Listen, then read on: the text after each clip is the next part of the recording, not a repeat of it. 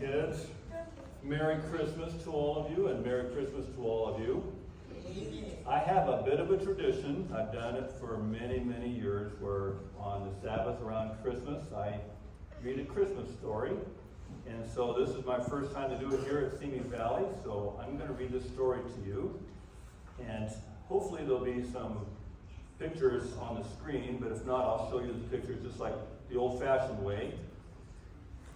All right? So here's today's story. It's called The Candy Maker's Gift. You want to tell the story? Come on, you can do it. Okay, here we go. Long ago, on a cold wintry morning, a warm light glowed in the windows of a candy shop. The old candy maker shuffled to the front door and hung an open sign on the window. Turning to the pot-bellied stove, he knelt down to stir the coals and added several logs to the fire. Deep in thought, the old man slipped a linen apron over his head and tied it around his waist. All the while, he smiled, thinking about his 7-year-old granddaughter. What can I give my Katie girl for Christmas, he wondered. I'd like to surprise her with a special gift.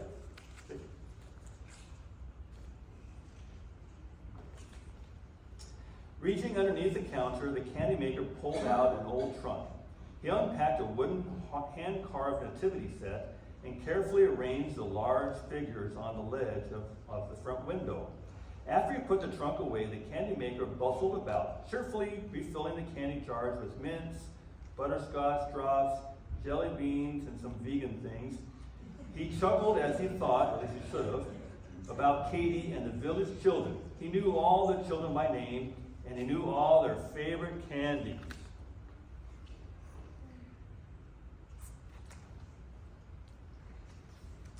Looking over his Christmas orders, the old man put an X beside the names of families with children. He slipped an extra bag of candy for the youngsters. He said to himself, I wish I could see the children's faces when they find the little surprises I've sent. Humming a Christmas carol, he opened the cupboard and took out an assortment of bows, ribbons, and small holiday decorations to trim the gift packages he needed to prepare. Suddenly the doorbells jingled and a blast of wind and snow blew into the shop. To the old man's delight, a group of children scurried inside like a flock of little birds. Laughing and talking, the boys and girls crowded around the candy case, eager to select their treats. The candy maker smiled as he noticed how Joey, the youngest boy, pressed his worn mittens against the glass and looked over the candy. The old man knew times were hard for Joey's family since his father had died. Everyone except Joey laid their coins on the counter and picked out their treats. The candy maker chatted with the children while he packed their candy in small bags and tied them with bright red ribbons.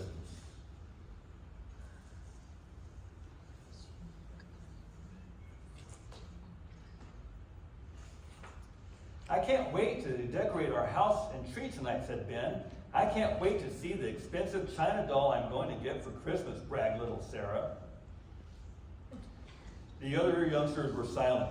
The old man knew that hard times had fallen on many families in the village.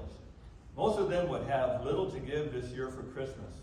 Kim Lee piped up excitedly. Missy Candymaker, did you know that our school party is on Friday? We're going to have treats and play games. The old man laughed. Kim Lee, I know you always love to have fun. Oh, time for school, said Ben, hearing the clock chime. Quickly, the candy maker passed out their sacks. Then he handed a small little bag to Joey, whose eyes lit up as he reached for the gift. Thank you. Merry Christmas, called the children as he scrambled out the door. Watching from the window, the old man glanced down at the manger set. He remembered watching his father carve it many years ago. Yeah, I hope the children won't miss the real gift of Christmas, he thought. Walking to the back of his shop, he knelt by a chair and prayed. Dear Lord, you love these children more than I do. How can I help them know you and receive your gift of Christmas? Show me how I can bless them.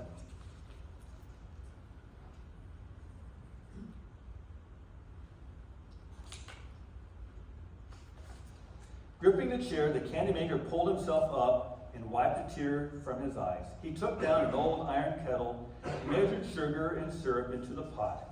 Then he lit the kitchen stove. Patiently, he stirred the candy mix, waiting for it to boil. When the syrup began to bubble, a smile brightened his face.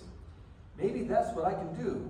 I'll try making a new candy for Katie and all the children.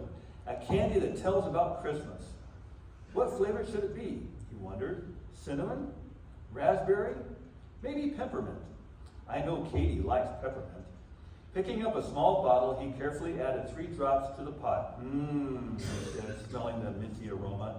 This reminds me of the spices given to Jesus by the wise men.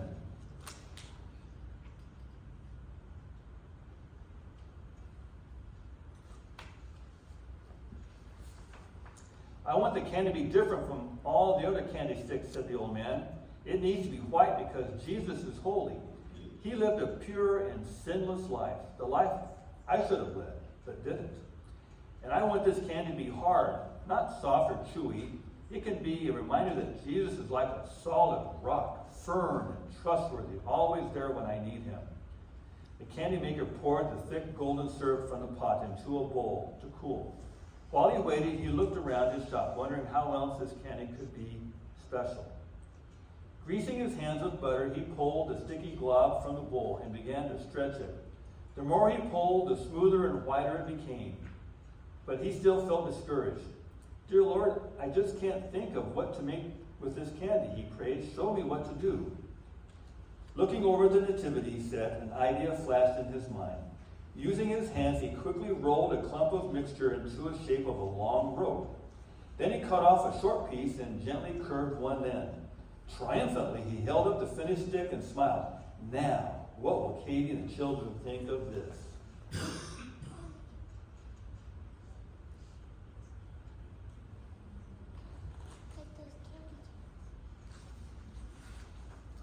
The doorbells jingled again, and a familiar voice interrupted the candy maker's thoughts. Hi, Grandpa, I'm here. A 6-year-old girl skipped across the room, her curls bouncing. The old man laid down his candy stick and turned to hug her. Katie, how's my favorite granddaughter? The rosy-cheeked girl laughed. Oh, Grandpa, you know I'm your only granddaughter that you have. Yes, he chuckled, I know. But you're still my favorite. Katie's eyes widened when she spotted the candy stick. What are you making, Grandpa? She asked. It's a funny shape. The candy maker sat down to watch her. What do you think it is?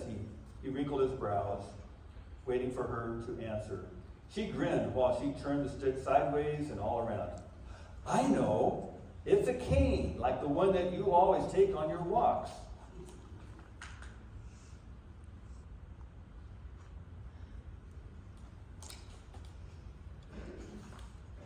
The old man laughed.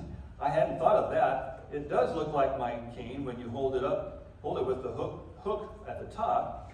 Katie pointed to the nativity set. And it looks like a shepherd's cane. You're right, he said. Shepherds call it a staff. They lay their staff gently on a sheep's back. It shows their love, like a hug or a hand stroke. The staff comforts the sheep. It also guides them on the right path. The hook at the end can help rescue sheep whose woolly coats get snagged in thorn bushes. Shepherds use their staff to pull sheep away from danger, like a snake or a poisonous plant or a sharp drop-off on the side of a cliff. Smiling at his granddaughter, he added, Go ahead, taste the candy. While Katie licked the sweet stick, he continued, This staff can remind us of Jesus, our good shepherd.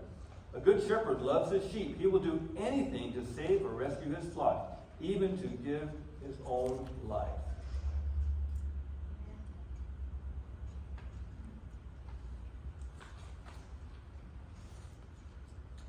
The candy maker cut another candy stick and curved the end as he wondered, how can I explain everything?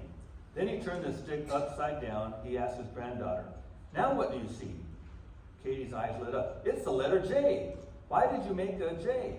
He smiled because Christmas, we celebrate the birthday of Jesus. This candy J is my special Christmas gift for you. Oh, thank you, Grandpa. It tastes yummy. And it smells good too. She paused looking at the candy. But it looks kind of plain, Grandpa. Could you make it more colorful? You're right. It does look rather plain. Nodding his head in agreement, the old man chuckled as he opened a cupboard full of small jars. I wanted the candy to be white because Jesus is holy and sinless, he explained. But I'll try adding some color. Use red, said Katie. I like red for Christmas.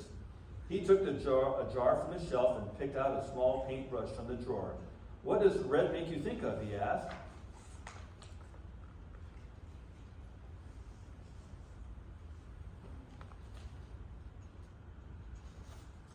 Katie watched her grandfather dip his brush into the food coloring.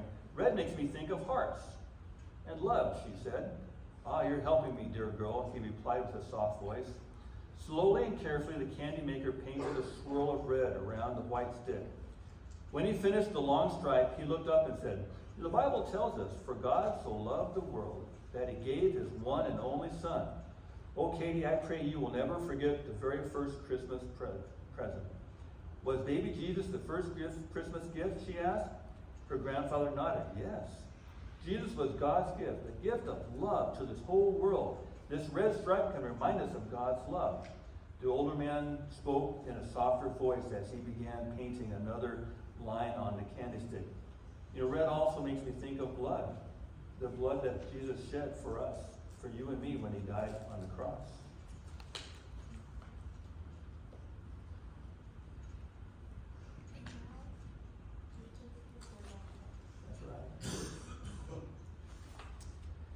It makes me sad that Jesus died, said Katie. Yes, it is sad, but his death on the cross proved how much he loves you and me. It's a joy to know that Jesus willingly gave his life so we could be forgiven. When you taste that sweet candy and think about his sweet love, just remember, Jesus isn't dead. He came out of the grave alive, and he lives with us today. That's a good reason to rejoice. Katie smiled and nodded. And someday we'll live with Jesus in heaven. Tears blurred the old man's vision. Yes, we will, forever and ever and ever. Heaven is God's gift that never ends.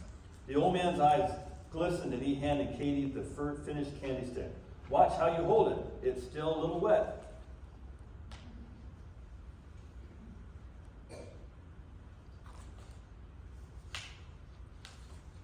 The elderly shopkeeper leaned back in his chair. Well now, tell me, what do you think of it, Katie girl? Oh, I like it, Grandpa. Will you make some more? I'd like to give them to all my friends, and I can tell them what it means. He saw Katie's eyes sparkle. Yes, I will make some more, he promised. And you and I will work together. After I cut each stick, you can curve one end and make it into a cane.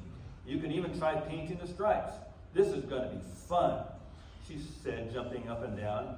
Tears of joy filled the candy maker's eyes. Silently he prayed, thank you, dear Lord, for hearing my prayers. Thank you for Katie. The old man leaned forward and smiled at his granddaughter. Katie, dear, you were part of God's answer to my prayers today. I wanted to give you a special gift for Christmas, but you gave something to me.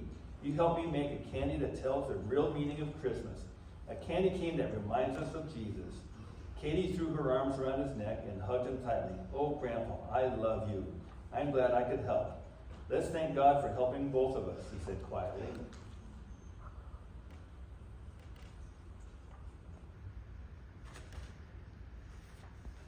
Together they knelt and prayed that this candy gift would be a reminder of Jesus, God's perfect gift of love, and that through it many would learn the true meaning of Christmas. Outside, the snow fell quietly, blanketed the little store. Inside, the warmth of the wood stove and the sweet smell of candy filled the shop. The candy maker knew that he and Katie would always remember this day, but they never dreamed this sweet gift would become part of Christmas traditions around the world. Today we call it the candy cane. So whenever you eat candy canes, you can remember that there's a special story behind it, and it's all about the gift that Jesus is to us every single day, that he is always there as a gift, not just in Christmas, but every day of the year. All right, so I have a little gift for you, but don't get up yet until I tell you the instructions. Okay. There's one here for you to eat yourself, and then I want you to get a bunch to give to your friends that are sitting out there, and if there's any left over, you can give it to somebody else in your neighborhood, all right? All right, come on. Now you can get up and get a bunch of candy canes and go give them out while we continue our Christmas program that Art has prepared for us.